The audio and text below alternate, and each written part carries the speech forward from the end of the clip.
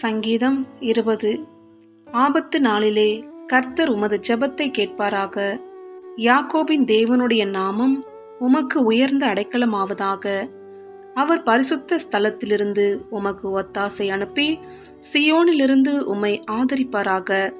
நீர் செலுத்தும் காணிக்கைகளை எல்லாம் அவர் நினைத்து உமது சர்வாங்க தகன பலியை பிரியமாய் ஏற்றுக்கொள்வாராக. அவர் உமது மன விருப்பத்தின்படி உமக்கு தந்தருளி உமது ஆலோசனைகளையெல்லாம் நிறைவேற்றுவாராக. நாங்கள் உமது இரட்சிப்பினால் மகிழ்ந்து எங்கள் தேவனுடைய நாமத்திலே கொடியேற்றுவோம். உமது வேண்டுதல்களையெல்லாம் கர்த்தர் நிறைவேற்றுவாராக.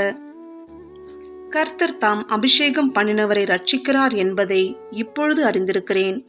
தமது வலதுகரம் செய்யும் இரட்சிப்பின் வல்லமைகளை காண்பித்து தமது பரிசுத்த வானத்திலிருந்து அவருடைய ஜெபத்தை கேட்பார்.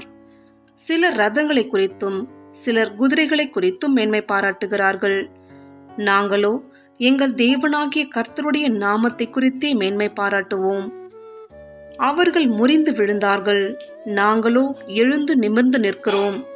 கர்த்தாவே, இரட்சியும். நாங்கள் கூப்பிடுகிற நாளிலே ராஜா எங்களுக்கு செவி கொடுப்பாராக.